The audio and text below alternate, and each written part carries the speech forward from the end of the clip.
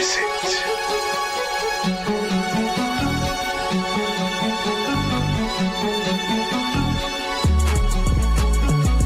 Oh shit, we back again.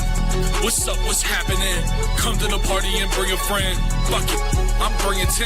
Ooh, trying to chat a 10. Big boy trying to chat a 10. She said I was catchy. I said, yo, tap him in. Touchdown! Double cup, wow, I stuck smile when I puff loud. I touch clouds, catching touchdowns in my mind now, cause I'm zoned out. On a porch couch in the side cloud. 2 coughs and I'm back now. 2 coughs and I'm packed out. Somebody give me a drink before I gotta sit down. I'm making hits now with a smooth style. Oh, yeah. What's up, everybody? It's your boy, Riley Puddin' Peters, coming to you live with the doctor, defensive backs quality control coach, Preston Rowe. This is the Trash Talk Tailgate, and it is Sunday morning.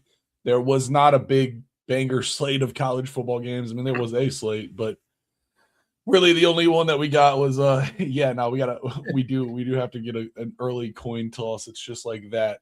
Just throw it like that. But after Saturday, we do have a new Heisman Trophy winner. Throughout the week, we have a bunch of other trophy winners that we'll talk about, award winners that we'll talk about, and maybe a coach or two doing weird stuff. But of course, we'll finish it off with our predictions for the NFL as it is Sunday, of course. But before we get there, Dr. Preston, how you feeling? Feeling good, man. Oh, man. It's just Fernando Mendoza winning the Heisman Trophy. First ever Heisman Trophy in Indiana football history. What Curt Cignetti has done the last 2 years is just insane. Yeah. And then obviously Jack Lee, Navy did beat Army in we're going to get there. Chief in the annual Commander-in-Chief rivalry. That was a classic. That was an instant classic. And Navy got an outright cup for the first time in a while. I can't remember. It's been a couple years since someone got the outright cup because Navy beat both Air Force and Army. So they got the full cup, the outright cup. The commanders and the Commander-in-Chief cup is theirs, and they shall drink their own pee out of it how they want, because I imagine that's probably what they do. But all right, back to the business at hand, though. Like he said, Fernando Mendoza is the new Heisman Trophy winner for 2025. Crazy. He goes on a what I call the top layer run, as he wins the Heisman, the Maxwell for the most outstanding player, and the Walter Camp Player of the Year. He wins all 3 of those. Curt Cignetti backs-to-backs as Coach of the Year. And Fernando Mendoza won the Davey O'Brien. I'm pretty sure that's the last one that he won.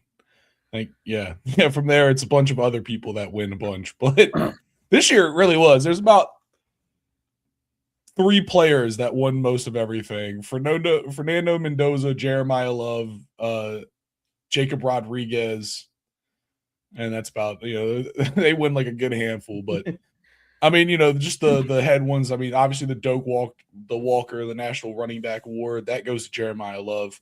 He's a monster. Diego Pavia wins best senior quarterback.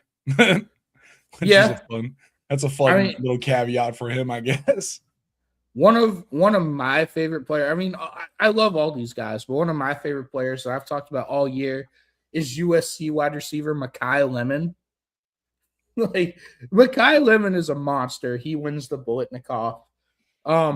Eli Stowers winning outstanding tight end from Vanderbilt. If you watched any Vanderbilt games, Diego Pavia and Eli Stowers did most of the work for that team. So makes sense. One of my favorite offensive linemen coming in this class, Spencer Fano from Utah. I mean, he's an excellent lineman. He's going to be a first-round draft pick. Yeah, dude, he's going to be a first-round pick. Honestly, hopefully an early first-round pick, hopefully to a team that wears burgundy and gold. And then, we love defense here on the TTT. The best defensive player, unanimously this year, was Texas Tech linebacker Jacob Rodriguez. And he wins the Lombardi, the Chuck Bednarik, the Bronco Nagurski, and the Dick Butkus Award. He went on a run. He did. He went on a run. Caleb Downs, one of my favorite players, wins the Jim Thorpe, the safety out of Ohio State. I mean, Also, I got to shout out Logan Jones winning the Remington Trophy out of Iowa. It's always usually someone that you don't really expect winning that one, but the big thing with him winning that is like that kid's going to go. I mean, there's a bunch of teams that need a new center this year, and Logan Jones is going to be on the short list of every single one of them. I mean, that Iowa offensive line, you know, they're not necessarily known for scoring a lot of points, but they're known for being tough. Yeah. And it's not the center's fault they don't score points. And they put NFL, they have a pipeline of NFL offensive linemen. Shout Brandon Sheriff, one of my favorites. And it's not just centers, Riley. The NFL, they still don't listen to the TTT. They don't value the Bubs the way they should. You always need to invest in the linemen. Yeah, I mean, this year, I think these last 2 years, the amount of excellent offensive linemen coming out, it's staggering. And this year, there's a couple teams that really need it. They're going to have a chance to go out and get some big pieces. But, let's just knock out the rest of this. The Disney Spirit Award goes to Jeremiah Love. The Paul Hornung, the most versatile player, goes to Casey Concepcion from Texas A&M. He's so versatile. He is. No, he's crazy. He's a returner for them. They run him the ball, and then obviously he's their best receiver. He's so good. All right, and the rest of these don't matter. All right. But yeah. I mean, that's, that was the big thing for this really is just we have the award winners. Fernando Mendoza, he makes the big sweep on the front, which was, I mean, listen, there's a lot of people that I'd like to win the Heisman Trophy for sure. But you can't say that Fernando Mendoza didn't earn it. That dude beat the unbeatable, I'd say kind of twice, because he also beat Oregon. Yeah, he did. And, I mean, he alone in one season has done the thing that got James Franklin fired from Penn State, which is beat Oregon and Ohio State. And God damn it, you know what? That's Heisman Trophy worthy. It is. All right. Did you? Yeah. So you talked about Jeremiah Love winning the Disney, what was it, Spirit Award? The Disney Inspiration Award. Well, I have a theory as to why he might have won that. Obviously, I'm completely joking. But did you see what Jeremiah Love said about Notre Dame missing the college football playoff? I don't know, something about having more time to go to Disney or something? No. He said Notre Dame did this to themselves because they didn't win the games they needed to win. Imagine that, Riley. A 20-year-old running back is being more mature than a 53-year-old athletic director that wants to throw a fucking tantrum. Yeah, no, for sure, dude. I mean, what a great answer to that. As a player, the NFL. Oh, he's gone. He's gone. Yeah. That's a great answer out of him. That's one that a lot of coaches are writing down like good. Like, there's some coach or some teams like good. If you're Marcus Freeman and Jeremiah Love tries to come back, you be like, no, your ass is going. Like, you go. Because running back, you have such a short shelf life. And such a high potential for danger. Yes. Go get your money. Go get your money. Go get it, dude. Go run as fast as you can to get that bag. That's what's important. Mm-hmm. Yeah, no, you're right, dude. I mean, Jeremiah Love is an absolute beast. There's some excellent players coming into the draft this year. I'm interested, like, but what is Mekhi Lemon, a sophomore this year, junior? He'll be a junior. He's a junior. I believe he's a. Let me look. All right. But I think the word on the street is that he's draft eligible. I know. I think he is draft eligible. The word on the street is he's going to the draft. That's the thing I'm thinking about. He's a big piece. Casey Concepcion, I think he's a great piece. I think he's going to be a next level piece for them. Jordan Tyson's in. He already declared. I saw the celebration post for that. He already declared. I mean, we just said Jeremiah Love on that end. I mean, Antonio Williams from Clemson.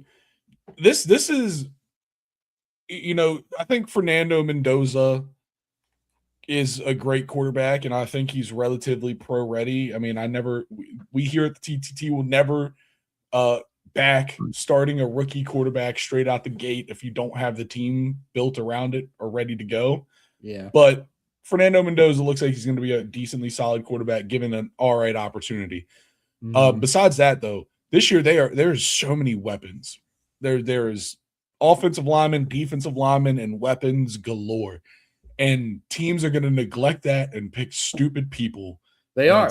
It's going to happen. Well, Riley, how many times? Like, I feel like this is the time of year right after the college football regular season, where all this quote unquote draft experts, they come out and they start talking about this year's class. And if it's not a quarterback heavy class, or if it's not a deep quarterback class, they're like, oh, this draft class fucking sucks. It's like, bro, no, you're just dumb. Quarterback is not the end all be all. Yes, it is very important, but if you don't have the team and the talent around the quarterback, it doesn't fucking matter. Yeah, I mean, people have wasted the careers of some excellent players getting lost in that sauce. One of them is currently being wasted. We're going to talk about that too. I mean, we got I think there's more than one that's being wasted. But anyways, before we go though, let's just I just want to say I just want to before we keep going and get too lost in this sauce and move past it. I did when this shit was just got to show it up there. Just got to show everybody. I want to see you got to see the box score on it. 82 pass yards for both teams. Isn't that the best? That is. Dude, 82 pass yards from both teams. These are two triple teams. They run the triple option. I know. It's amazing. They run the ball. They do. It's awesome. Yeah, dude. I mean, I had to both quarterbacks over 20 carries and over 100 yards. This is Service Academy football. Mm-hmm. All right. I want to do that before we got too far. Yeah. No. All right. I mean, but like Riley, to your point about just all the players in the draft, you've got Spencer Fanu, the offensive lineman, Francis Maiawaga out of Miami, Ruben Bain, the defensive end out of Miami, fucking Cassius Howell from Texas A&M. Like, you've got straight up dogs in this draft class, but it's just people. All these experts, they're going to be like, oh, you've got Fernando Mendoza, and that's it. Yeah. That's it. Like, that's the draft class is Fernando Mendoza because he's the quarterback. It's dumb. It's so dumb. It's insane. And it's really like, it's crazy. Oh, we're forgetting about Caden Proctor, by the way. Yeah, Caden Proctor. I'm like, we just completely forgot about Caden Proctor, who's going to be one of the best ones too. There's so many, but it's a weak class. There's no one to get. You know what, Riley? As much as I love KC Concepcion, Caden Proctor should have won the Paul Hornung Award because he catches passes, he runs the ball, and he blocks. Like, come on. That dude, I mean, that is one of the most versatile players you can get. A left tackle that can go out there and catch a screen, run a little inside fullback run. He can do about all. You're right, dude. That is one of the most versatile players in the country right there. Easy. But he's not a quarterback, so no one gives a shit. Yep, dude. He's not a quarterback or a wide receiver. He doesn't make fancy plays, so he can't be a versatile player because he doesn't make enough plays. That's how it works, Riley. That's how it works. That's how it works, and I hate it. All right. You know who's not working? Yeah. You know who's not working. I mean, I feel like the other way to phrase this question is, who's looking for a coach? Michigan. Yeah. I mean, this has been one of the most insane come out of nowhere, and now all of a sudden it's like, what the fuck kind of stories? It's sad. It is. It's so ridiculous. I mean, obviously, Sherrone Moore has been fired with cause by the University of Michigan. He is no longer their head football coach. And, he's currently in jail. Mhm. And he's been charged with 3 felony crimes, I believe. And it's just, it's all around. It's just a really bad situation. What started out as just, a side piece in the athletic department has turned out to be so much worse. Mhm. From stalking and potential restraining orders. Like, it's just, fucking threatening, people and threatening self-harm on yourself. Like, it's not good. None of it's Became a good. problem. Yeah, it became a big problem. Yeah. So he was charged with felony third-degree home invasion and 2 misdemeanors, 1 stalking in a domestic relationship and breaking and entering, and he is not in jail. He posted his bond, and so he's out. Okay. He is out on bond, which is only $25,000, which That's feels crazy. a little light for Yeah. a stalking B&E home invasion. That's kind of a light, but anyways. Also, for such a public figure.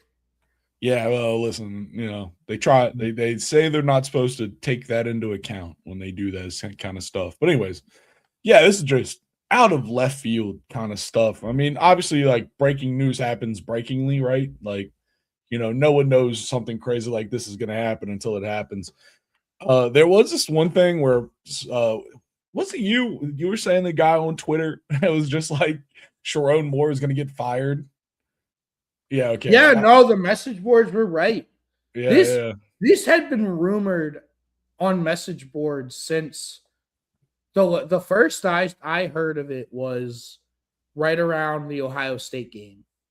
So a couple weeks ago. And it's been alleged and it's been rumored that Michigan has known about this for a while and they didn't choose to do anything until after National Signing Day, which was earlier this month, because they didn't want to lose that entire recruiting class by firing their head coach for cause. That's so funny. It's, I mean, real Penn State scenario right there. Yeah. Let's just keep this one under wraps until it comes to the top. I mean, you know what? They saw what happened to Penn State. They're like, yeah, we don't want to deal with that. But it's crazy because this was the same athletic director who was there for the Jim Harbaugh cheating scandal, the Connor Stallions. That didn't get him fired. And I don't know, like, will this get him fired? I have no idea. If you knew of this and did nothing, I mean, I don't know. It's truly inverse Penn State, where it's this time it's the coach that was doing the dirty stuff and the athletic director that's covering up. And with that being said, it is like that guy's been through a good bit of scandal, and I don't know. I feel like if he made it through this one, he's probably still going to be there. Yeah, no, that's what Michigan fans joke about. They're like, oh, well, if he's still here, then obviously this keeps him safe. Like, there's nothing at this point that will get him fired.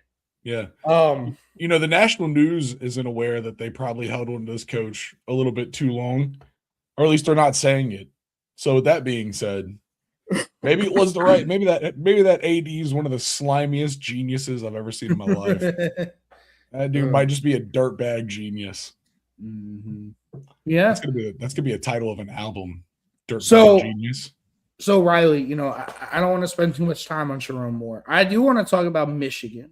Okay, where does Michigan go? Because obviously they don't have a head coach.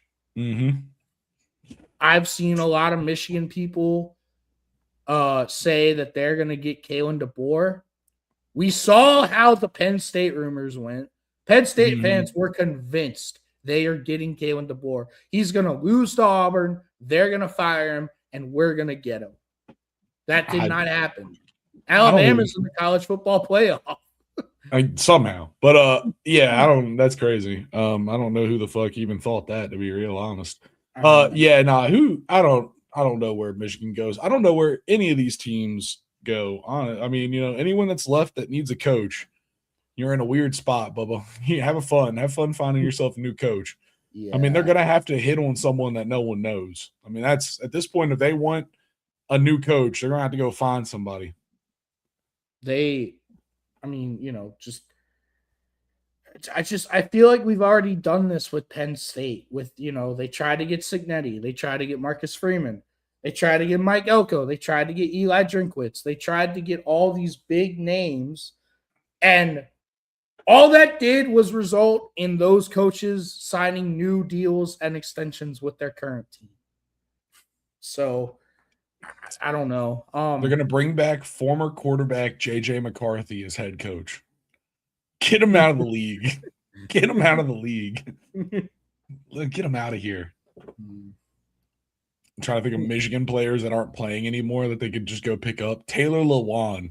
They're going to go pick up Taylor Lewan as their head coach. That's their new head coach. Unfortunately for them, that's the situation they're in. All the big names are off the board. They're all gone. I mean, fucking Billy Napier's at fucking JMU. I mean, anybody that was on the board is pretty much out. And so they are. I mean, they're going to have to get creative with where they find a new coach. And yeah, I don't know. So this has been like a widely held rumor for years at this point.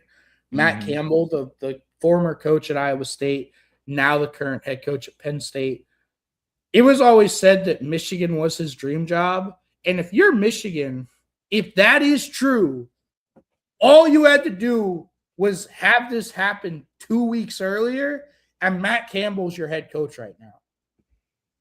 And you know what I mean? I don't think that's a bad thing. I think Matt Campbell's a good coach. But now he's at Penn State. Would he big dog Penn State and say, fuck y'all, I'm out, and go to Michigan? I'm so glad you said it. That's what I've been thinking of this whole time. How crazy would that be, dude? Fuck Penn State. I mean, look, man, no. I will never say a bad thing about Penn State ever. I love their decision-making. I think they make the best decisions. They make great decisions. They're great decision makers. They are, dude. They think very well. They think amazing. They do. All right. Any other college football? Is that it? I mean, I'm excited for the playoff. The playoff starts this Friday. Yep. Washington smoked Boise State in the bowl game last night in the Chris Peterson Bowl. I don't care that. Yeah, that whenever Washington plays Boise State, that is the Chris Peterson Bowl to me. It's a better name than what it actually was. The Buckle Up LA Bowl. I'm sorry, the Bucked Up LA Bowl. I had that wrong. Oh, they got bucked up.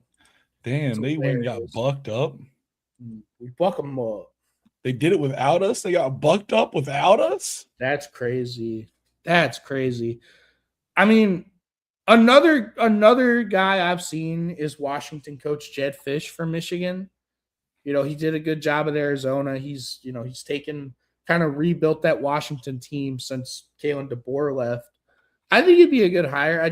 There's not a lot of names left for Michigan. Yeah, it's Michigan. They can't just go get a guy. They have to go get a guy. They need a Michigan man. Yeah, they need someone that's going to win big games, or their whole program's going to self-destruct and people are going to, start doing bad things. No, Riley. They need people that say they're better than everyone because they don't cheat.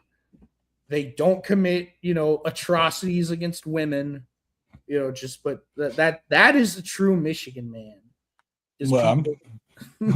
I'm sorry. Are you saying that stealing other teams' signals and doing home invasions isn't the hallmark of great coaching. I'm confused. Everything that I've known my whole life is now flipped on its head. I know. All right. Well, let's talk about some NFL games. Boom, boom. Boom, Yeah. boom. Ba-da-da-doom, doom. I mean, the first game, it's going to be 9 degrees in Chicago as the Browns take on the Bears. Dude. I mean, this is one that the Bears should win, right? Like, you assume that the Bears will be able to establish the run. I mean, the Browns have a great defensive player. You know, we've said multiple times the Browns have a great defense, but so far that really hasn't been working out. I think their defensive line is good because I really like Mason Graham. I know he's a rookie, but you know, but it's Mason Graham and Myles Garrett, and everyone runs away from them. Yes. And you know, that's just the nature of having your best defensive players on the defensive line. The biggest problem of that is that teams can kind of easily run away from them. That's what sucks. Yeah. Short throws away from them, run away from them, tosses away from them. It can keep those players from being as effective. Now, if you drop back and try to throw the ball, Myles Garrett's gonna make you hate your life. You know who'd be a great fit for the Browns? Because we Caleb were kind Williams. of talking. No, Jacob Rodriguez. Oh, I mean, Jacob Rodriguez will be wherever he goes, he's going to be a great fit, you know? Like, but you're right. Yeah, I don't know. I feel like they need so much. They do need so much. I feel like honestly, it'd be kind of so bad for him to be there. He'd just be getting swarmed out, but he would be nasty. That team, I mean, he's gonna whatever team he goes on, he's gonna bolster. But the Browns, that is one team where you're like, at that point, they have 3 playmakers on 2 levels. You know, if they can keep their secondary from losing their head every time someone throws the ball at them, like that's a mean team. Luckily for them, they're playing Caleb Williams. So, yeah. I don't know. Shedeur Sanders has played really well since becoming the starter. Yeah. Would you be shocked if Shedeur plays better than Caleb? Yeah, I mean, I wouldn't be shocked at all. But neither would also, I. we're talking about, you know, the Bears, their winning formula involves not giving Caleb the ball as much as possible. This is like, true. If you go study their 9-4 record, you'll look at the 9 wins and the 4 losses. In the 9 wins, what have they done? They've established the run. It's very important to establish the run. It is. And in the 4 losses, they've not been able to get the run going. It's been Caleb Williams games where he's had to do the best he could, and it's been, you know, not great. He's a very inefficient quarterback. We said it time and time again. And a system that with the run game they have now, he should be able to throw. He should be able to not miss throws. It should just be easy. But for some reason, it's not. But they are 4-1 at home, the Bears. This is in Soldier Field. It is 9 degrees. There's a lot going on here. It's a lot to take into effect. I am going. The Bears should win this. But I just feel like every time I feel like the Bears should win a game, they always blow it. I'm going to be crazy. I'm taking the Browns. Yo, man, fortune favors the bold. I'm going to take the Bears, but it's more for the fact that I want to pick them so they lose. I want that karma. True. You know, that's really just what it is, man. All right. The Ravens and the Bengals. Now, this is one of the biggest games for these two teams. I mean, this game actually still matters for these two teams. Like this game is real. This game actually could do something with the playoffs. Do you think they'll have fun in this game? I don't know how you can have fun in a 9-degree game. I don't mind playing in the snow, but 9 degrees, that shit just sucks. I don't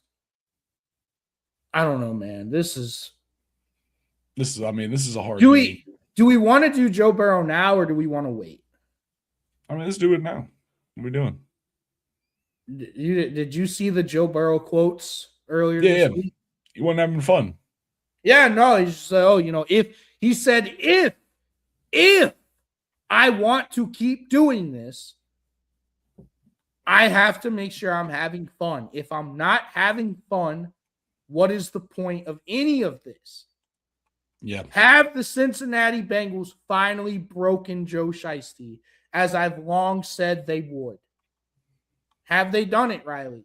I think they have. Yeah, I mean, look, man, I think people forget this.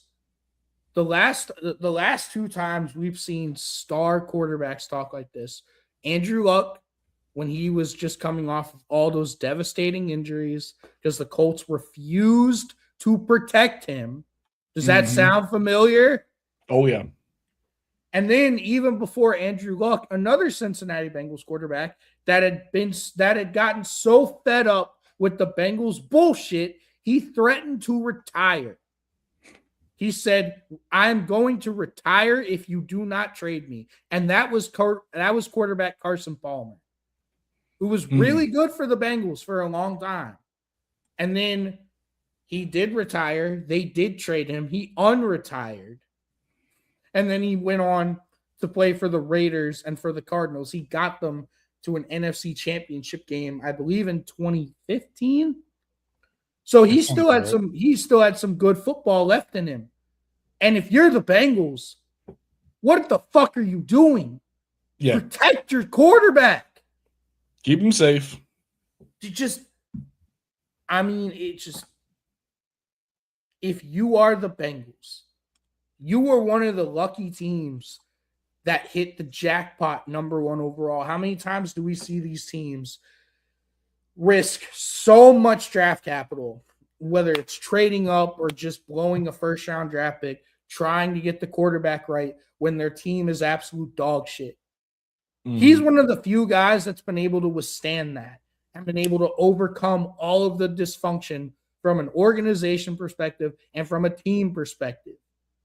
He has a dog shit offensive line, and you refuse to protect him, and yet he still dragged you to a Super Bowl one year and an AFC Championship game appearance the next year. The last 3 years, he has missed the playoffs. You have missed the playoffs because you're so incompetent. And I just protect Joe Burrow. You know how much I love Joe Burrow, Riley. This made me so sad to hear him say this. Yeah. I want him to leave. Fun. I want him to leave, dog. He deserves better. He does. So Adam Schefter reported that the league perked up when they heard him say this. How many teams in the NFL would you not trade your starting quarterback for Joe Burrow? I think pretty much, yeah, almost every team is probably going to do it. Yeah, there's a very small list of teams that wouldn't do it. You have to go down the list of teams that would not do it. The Chiefs, the Bills, the Ravens. Who else? That could be it. That could be it. That could be it. I mean, I love Jaden, but give me Joe Burrow. Oh, really? I mean, he's an amazing quarterback. I mean, I do love Jaden, but both of them are glass cannons. I mean, it's the same fucking thing. I mean, no matter what, I'm getting an injury-prone quarterback. Give me fucking Joe Burrow. I don't know, man. Yeah. This is my thing with the Bengals. When they paid T. Higgins and Jamar Chase, I said it was the biggest mistake they could have made. I love both those players, and they both did deserve their money. But they fucked themselves. They put themselves in a hole that they can't get out of because now they can't pay people to protect Joe Burrow. They let their quarterback talk them into giving him his nice playthings, and instead of doing the thing that you're supposed to do as an organization, which is keep him safe. No one thinks about their own safety. Everybody wants to have fun. But they're NFL players. Look what happens when they get cars. I don't think the problem is the fact that they don't have the money. It's the fact that they're not willing to spend the money. They are notoriously cheap. So if you're Joe Burrow, and that's the thing. You're not going to get everything anyway. You might as well get the receivers.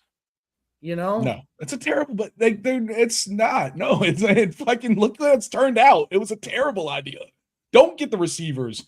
let T. Higgins walk, which sucks, but let him walk and get someone else. They blew their check. They blew their check. Don't let him walk. If you're going to get rid of T. Higgins, trade him. Yeah, I mean, yes, trade him. Yeah. But let him go. I mean, they were so close to letting him go somewhere else with a trade. Obviously, I'm just when I say let him go, I mean just physically him leaving the team, let him go. And you know, they were going to, and then last second they doubled back and they paid them both, and you know they've been in a money trap. I mean, they are kind of in a money hole. Like, not only are they cheap, the one time they went and spinned the bag, they dropped it at the worst time possible because then they had to reform their offensive line with less money. And they already, like you said, are cheap and don't care. And they had just spent the bag on 2 wide receivers. So they were even more cheap and even less caring. It's a vicious cycle. And you know what, Daniel? I kind of get that, dude. Drake May is an interesting choice at this point. I probably wouldn't say him over Joe Burrow. No. We got to see what his injury, I mean, because it's all going to come down to the injury record with Joe Burrow. That's the unfortunate fact. No matter how great he plays on the field, no matter how much it took him to drag the Bengals to the Super Bowl and the playoffs, his injury record is going to stick out like a sore thumb on his resume. You also have to consider Drake May is in a much better organizational situation. He's got Mike Vrabel. He's got Ramondre Stevenson and Travion Henderson. He's got a really good young offensive line with Will Campbell at left tackle. He's got a great defense. Joe Burrow has a dog shit porous defense. How many great talents have we lost because they went to the wrong team, you know? And it's just, I mean, I get it. Joe Burrow he's not completely blameless in this because he wanted his receivers paid. But sometimes as you're an organization, you have to protect the player from himself. That's what I'm saying, dude. That's my big thing. Is like, yes, Joe Burrow said he went on a media campaign that they should sign Jamar Chase and T. Higgins. And I get what he wanted to do, but that's kind of my point from earlier. As an organization, your job is to not do what the players want to do, but do what's smart for the organization. Yeah. Those two things, what players want and what's smart for the organization, don't often meet. No. That's the unfortunate nature of professional sports. And I think it's like that in all professional sports because it's kind of the attitude of the players that play them, dude. Great athletes tend to be risk takers. They tend to live on the edge. That is what we've seen. We've seen it a million times. Yeah. Why people don't get that and act accordingly is crazy. It blows my mind. We've seen every athlete be kind of crazy, be kind of, fringe. They do weird, they like to take risks. And a team like the Bengals, just instead of it being an organization, I don't know, using their money wisely, I don't know what you want to say. But instead of doing the right things, they listen to the players too much. And you got to make your players happy, but you got to make your team strong before you do that. Yeah. And the other thing, I will say this, and I know we got to move on, but the other thing the Bengals need to take full responsibility for is the fact that they do have the smallest scouting department in the league by far. They don't even have a full-time scouting department, which is just crazy in today's modern NFL, the fact that you won't pay people full-time to be scouts, which is why you draft consistent busts like Shamar Stewart in the first round. Yeah. Like, dog, how many times do we say it, Riley? If you draft Jahad Campbell, how much better that defense would be this year. Yeah. Nah, it's true. Off the rip. How many first and second round picks they've just blown and wasted because they're not good at scouting. They don't take it seriously. Yeah. I mean, that defense is terrible because it's a bunch of first round wins. It is not, dude. You're right, dude. It's an ass backwards way to build their shit. They get stuck in these names. I mean, there's nothing, you can't say anything other. Even drafting Joe Burrow, I think they got lucky hitting on a name. They did. and I'm not trying to disrespect Joe Burrow with that statement. I'm trying to disrespect the Bengals. Yeah. They got fucking lucky hitting on a name. They didn't watch the tape on Joe Burrow. They didn't see No. that he was a talent. They listened to the news, and for once in the fucking life cycle of the news, they got it right, saying this dude was the man, was the dog. Yeah. And they picked him, and it's worked out the way it has. But besides that, I mean, they've hit on so little. They've hit on Joe Burrow. They've hit on Jamar Chase. And that's it. And oh God, come on, edge rusher Hendrickson. That's it. No. They traded for Trey. They didn't draft him. Damn, he's been there for a while. I just assumed they drafted him. Damn, they didn't even draft him. Son of a bitch. That's all they got. That's all they have. That's it. Out of all those draft picks, you've got 3 studs. Yeah. And that's just kind of the problem with the Bengals. They are the Bungles for a reason. The Bungles I don't think the Bengals are going to trade him. But if he was to get traded, I mean, what's the best fit for Joe Burrow? Oh, I mean, he's a fitless quarterback. It's not what's the best fit. It's what team can make it work the best. Yeah. And at that point, you're looking at money. And I mean, there's a lot of teams with money. You know what's crazy is imagine if Joe Burrow went to the Patriots. I mean, Patriots and Commanders have the biggest budgets going into this offseason, and it's not even close. And honestly, the Commanders aren't even that close to the Patriots, dude. The Patriots, their cap space going into this offseason is insane. And the Commanders, theirs is like almost $60 million. And yeah, no. So there's that's it. Yeah, I space. I had a thought.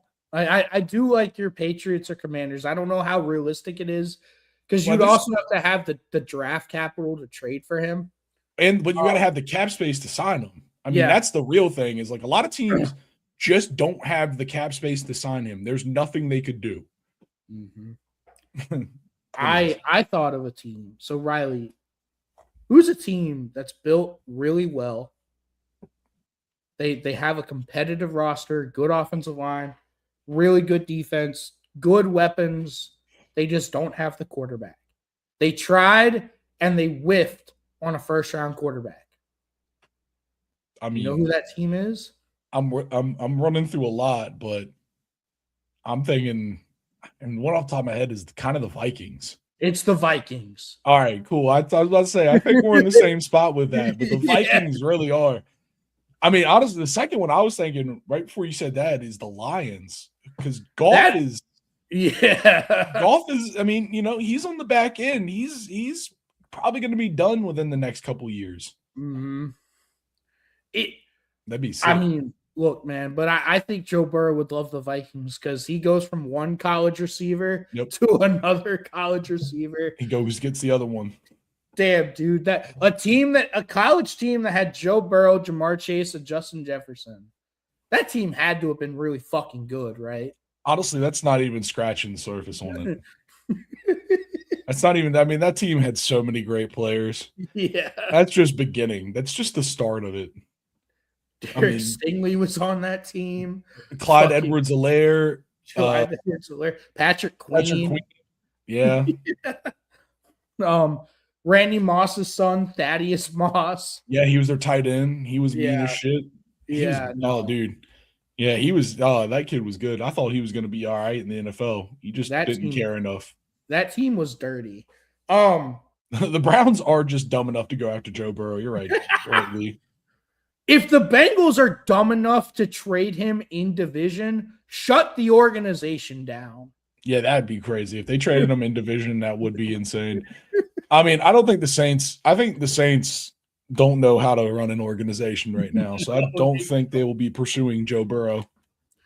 The Saints The Saints had like this one little run with Drew Brees where they looked competent, but all the rest of their history shows that they are like just not competent. They are incredibly incompetent. Mm-hmm.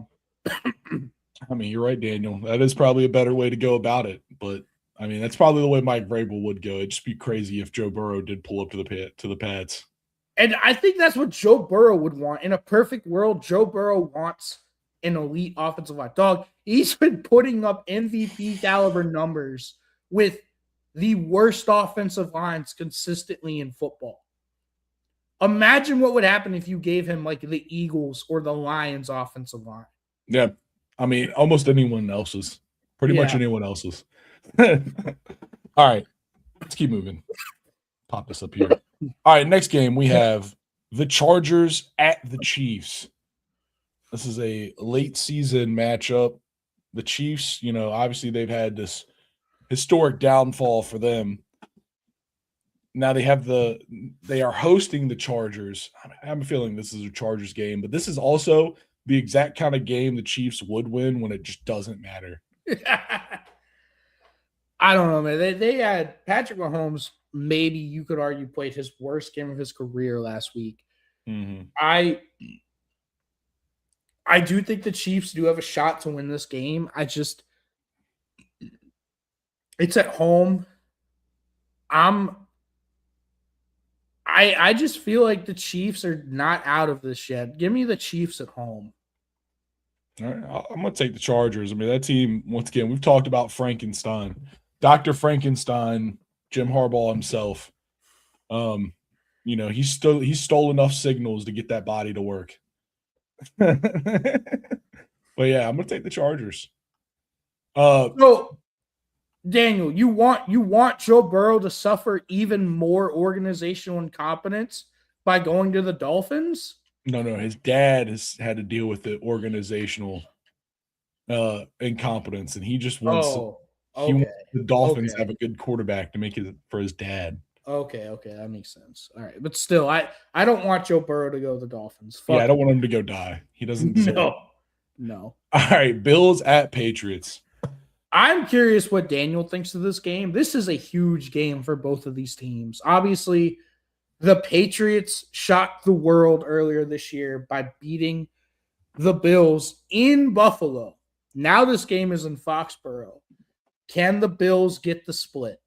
I don't think the Bills do shit. I think the Pats dominate this one. Wow. I'm going to take the Patriots as well. It's at home. Drake Nay's playing really, really good football. It's almost like Mike Vrabel knows what the fuck he's doing. Yeah, I feel like the Bills, they're a great team this year, but I feel like all the games where it mattered, their 4 losses are in games where everybody is like, this game matters, or this game is just like you should absolutely dominate. That's their 4 losses. And so I just don't know, man. I trust this Patriots team. The Bills team, they're not in 4, but they've been shaky at times. So yeah, right. When the team listens to the coach, the program does prosper. That is just how it goes. But yeah, no, I'm taking the Pats as well at home in Gillette. It's going to be cold, but both teams like it that way. They do. They are not the Dolphins. The Commanders at the Giants, toilet bowl. It's terrible. God damn it. I want to win one. Give me the Commanders. That's just what I want. I want to win one. I want to win one. On the road, dog. I know. We suck. It's not great. Is Marcus Mariota? No, Jaden's out. He's not. Give me Marcus Mariota to win the Heisman. It's a toilet bowl. It is a toilet bowl, dude. It is a toilet bowl. It's 100% a toilet bowl. I'm gonna take the Giants just because I love their D-line. They've got a bunch of X factors. Yeah. Well, except for Abdul Carter, who is shown to be more of a sit factor. Yeah, no, 100%. All right. Raiders at Eagles. Even the Eagles should be able to remove the balls against the Raiders. Even the Eagles, they'll be able to throw the ball against the Raiders. Don't worry. I'm going to take the Eagles. Like, if you lose to the Raiders, then alarm bells need to be going off in Philadelphia. Ooh, Jack Lee wants the Raiders on a long shot. That's insane, Jack Lee. I think, listen, man, Brock Bowers has the game of his career. Just him, no one else. Yeah, give me the Eagles, man. I feel like it's just too consistent of a team versus too inconsistent of a team. The Jets at the Jaguars. Give me the Jags. Yeah, I mean, give me the Jags, dude. The Jags, I mean, they've been finishing the end of the season very strong. I They mean, they're have. making themselves a very much a name as the playoffs are approaching. It doesn't matter. They're not going to make it past the first round of the playoffs, but they're getting there. The Cardinals at the Texans. I mean, Texans. Yeah. I The mean, Texans, I've said it all year, man. The Texans have one of the nastiest defenses in the entire league. And now CJ Stroud is starting to get back to form. You know, they haven't been able to protect him, but I like this Texans defense, man. Give me the Texans. Texans. Isn't a mid-tier quarterback. Packers at Broncos. Now this is going to be a great game. Yeah. I mean, Shout Packers, out Morgan. Yeah, shouts. This is a big game. I mean, this is a test. If you can beat the Broncos, I mean, honestly, it goes both ways for both these teams. You know, Yeah. whoever wins this test, this is going to be a battle. Both these Mhm. teams are very good, and they both come in the same exact way. They bring their own specific brand of defense that has been very hard to combat. Obviously, the Broncos, they've got a lights out secondary led with an elite pass rush. They Mhm. create pressure, and then they execute off your mistakes. Mhm. Well, they haven't been, Daniel, you're correct. The defense hasn't been, because up until last week, they were missing Patrick Surtain, their Yeah. star corner. But he's been back. And Yeah. last week he looked good, and I think he's only going to get better. But at the same end, the Packers, obviously they play that shell, right? They're always in the coverage, and they're going to make their front seven beat you. Yep. And their front seven can beat you. They can beat you really. Honestly, their front four can beat you. Micah Parsons, Quay Walker, Edgerrin Cooper. They can beat you. They're nasty. And so, for me, it comes down to which of these offenses will be able to figure out the other's defense. And when it comes down to that, I got to take the Packers. I just think their offense works at a better level. I think Sean Payton's a great quarterback or great coach, but I think Bo Nix is going to be the limiting factor. Yep. Yeah. Daniel's with me. Yeah, no, I don't trust Bo Nix. Jordan Love has also been very inconsistent as well. Like when he's on, but when he's off, it's terrible. I agree. I'm really torn on this. It's in Denver. It's at Mile High. I'm going to take the Broncos just because it's at home. Let's ride. Ooh. The Matthew Stafford Bowl. This is the Matthew Stafford Bowl, dude. The Lions at the Rams. The Rams have looked almost unstoppable. Unless they play the Panthers. Yeah, pretty much. They've only lost 3 times this season. The Lions, obviously a perennial TTT favorite. They will always be a TTT favorite. But Dan Campbell needs these boys to run through a wall for him today. And, if there's any coach that can get his guys to run through a wall, it is him, but he needs it. They have to beat the Rams. Like this is one of those games where they just need it for themselves more than they need it for anything else, but they need it for themselves. As much as I love Kobe Turner and that Rams really good front seven, Jahmyr Gibbs is unstoppable. Yeah. Jahmyr Gibbs is a monster. And then you also add in David Montgomery into that. And then you've got, and just that run game with that offensive line, it opens up that entire offense because then you can run play actions. And you've got guys running wide open over the middle and deep, like Amon-Ra St. Brown. Jameson Williams, the deep threat, opens up everything underneath. They're such a well-balanced offense. They're so balanced. They run the ball. They hit you on play actions. It's awesome. Yeah. I'm going to take the Lions to get a huge road win. As you were talking, I saw visions of an early Matt Stafford touchdown, and I'm going to take the Rams. Ooh, okay. I do. I agree. I mean, the Lions are an incredibly hard backfield to stop, but I don't know, man. It's the Rams. Anytime I bet against the Rams has been a bad choice. So That's give me the fair. Rams. Panthers at the Saints. Give me the Panthers. Give me the Panthers. I'm sorry, my Saints. Sorry, Tyler Shaw. I'm sorry, Spencer Rattler. You're now stuck on the bench. Tyler Shaw won a game. Yeah. Yeah. I'm also give me the at Panthers. 40.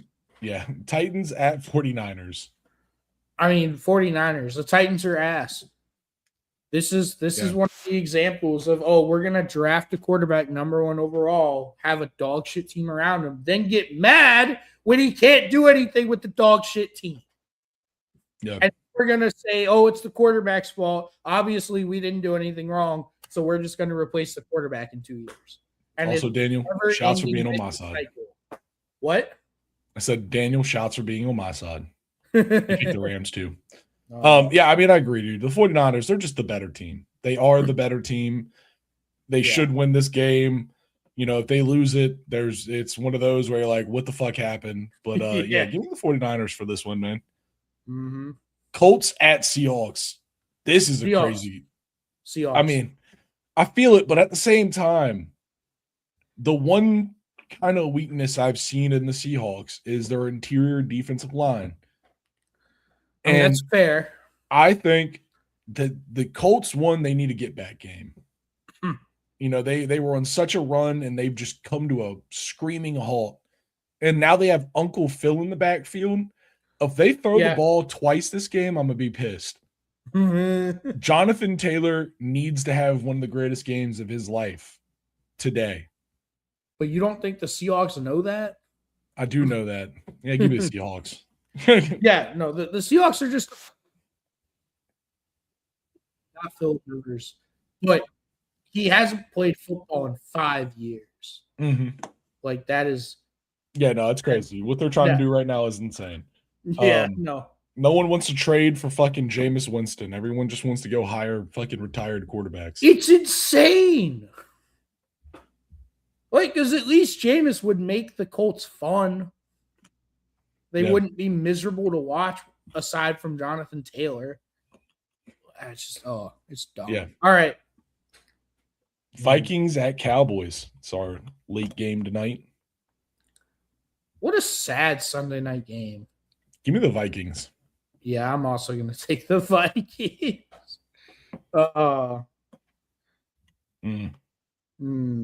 And then our Monday game is the Dolphins at the Steelers. What the fuck? I'm going to take the Steelers. I'll take the Dolphins. They've got a better defense. They've got a much better defense. Some weeks they have a better defense. Some weeks they don't. I don't know what's wrong with that team. Also, they need to finish 500, so I'm taking the Dolphins. True. All right. Well, that's it. No, Daniel, I mean, we've said that too. Like the Seahawks defense is legit because they've got a great defensive coach. They've invested in the defense. They've invested in the offensive line. And they went out and they got a quarterback that I guarantee you the Vikings regret letting go. No, Daniel, I don't trust J.J. McCarthy. I just hate the Cowboys. That was pure spite. That pick was pure spite.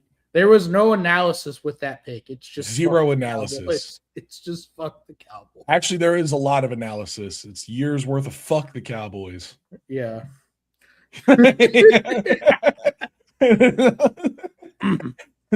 Sometimes the best analysis is go with your heart. My heart spits vitriol for the Cowboys. Mm-hmm. All right. Well, that's it, man. We've done it. We have given you our breakdowns for all of the NFL games this week. Thank you for tuning into the TTT. Everybody, thank you guys for the engagement, for the comments. Please drop a like on the stream if you don't mind. That'd be amazing. It's awesome. Keep commenting. Keep coming back. Check us out on social media at Trash Talk Tailgate on all social medias. Most importantly, tell somebody about the TTT today. That's your homework. Chat, that's your homework. Tell a friend about the Trash Talk Tailgate. Absolutely. Show it to them. Let them know. Yeah. And we'll be back Tuesday. on Tuesday. And we're going.